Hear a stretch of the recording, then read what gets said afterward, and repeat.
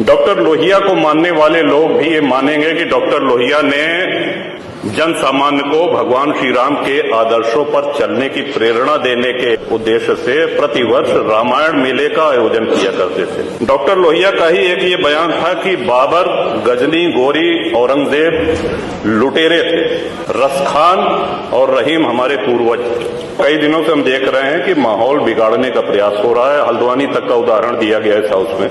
सरकार अपनी जगह पे पूरा प्रयास करती है कि हमारे राज्य में कोई उपद्रव न हो, अशांति न हो, लेकिन कहीं न कहीं एक ये आभास हो रहा है हमको कि माहौल खराब करने का एक प्रयास हो रहा है। बात की गई श्री राम जन्मभूमि की, साक्षात भगवान श्री राम ने अवतार लिया।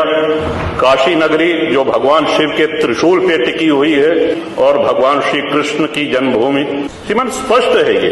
दीवाल के ऊपर शिखर तोड़ करके गुम्बद बना देने से ये गंगा जमुनी तहजीब नहीं होती, आक्रांताओं द्वारा तोड़ा गया है। और एक और भ्रम फैलाया जा रहा है, जो व्यास जी के गुफा में जो पूजा हो रही है वो पूजा अनवरत सैकड़ों वर्ष से चलती आ रही है। ये बात बाहर जानी चाहिए श्रीमन।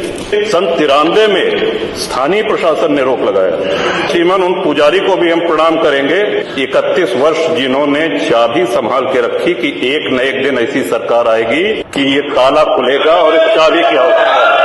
अल्लामा इकबाल पहले वो व्यक्ति थे जिन्होंने कहा कि हिंदू और मुसलमान एक साथ नहीं रह सकते। पाकिस्तान के आइडियोलॉजिकल फादर, इसने कहा कि मुस्लिमों को अलग देश चाहिए।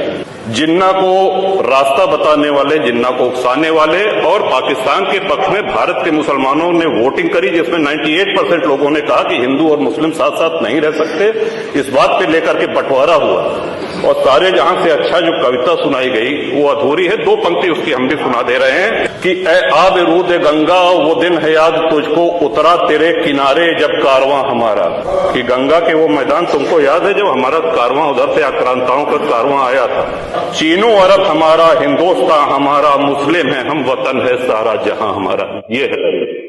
ये तरानाए मिल्ली की पंक्तियां हैं, अल्लामा इकबाल ने 1910 में लिखी थी। श्रीमान, जो भी संकट में आया उसको हमने अपनाया। कभी किसी हिंदू ने नहीं कहा कि हम मुसलमान के साथ नहीं रह सकते। अगर बाबर और औरंगजेब की अनुसरण करेंगे, उनका अनुकरण करेंगे, तब तो शांति की कोई गारंटी नहीं। और ये हम लोगों का सौभाग्य, इस पीढ़ी का सौभाग्य है कि अपने जीवन काल में भगवान श्री राम के भव्य मंदिर का मेरा ये भी मानना है कि आदि शंकराचार्य के बाद अगर कोई सनातन उत्थान का और हिंदू उत्थान का कार्य कर रहा है तो श्रीमान नरेंद्र मोदी।